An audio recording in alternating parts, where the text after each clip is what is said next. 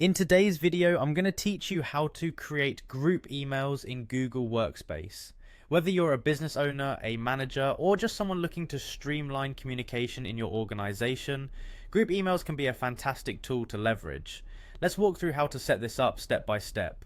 First, you'll want to navigate to Google Workspace. This is where it all begins.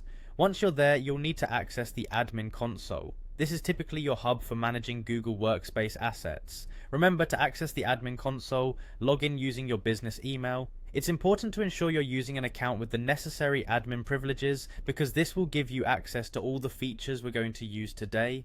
After you've logged in, look towards the top right corner and click on the Google Apps menu. It's that little grid of dots you'll see there. From this menu, you'll want to select the admin icon. Clicking on this will take you straight into the heart of your Google Workspace management environment. Next, we'll make our way to what's called the directory. It's a centralized place where all your group lists and users are managed. To get there, within the admin console, find and click on directory. As you get more familiar with this platform, it will become more intuitive. After directory, click on groups. This is where all your group email actions happen. It's the foundation for what we're trying to achieve. Now, it's time to get your group started. Click on the Create a Group button. This is where the magic happens. You're prompted to type in a name for your group. Choose something descriptive and clear, as this will be how members identify the group. Then fill in the group email address. Think strategically here. The email should represent the group's purpose succinctly. Don't forget to add a description for your group. Yes, it's optional, but it offers context that's beneficial when you start managing multiple groups. The description helps communicate the group's function and audience to anyone accessing the details later.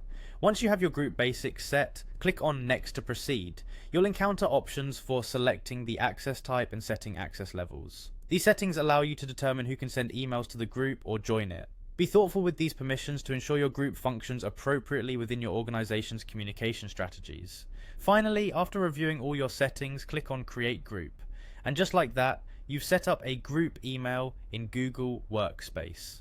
Group emails provide a unified way to manage communications, making it less cumbersome to interact with members collectively. With your newly created group, streamline your interactions and enhance organizational efficiency.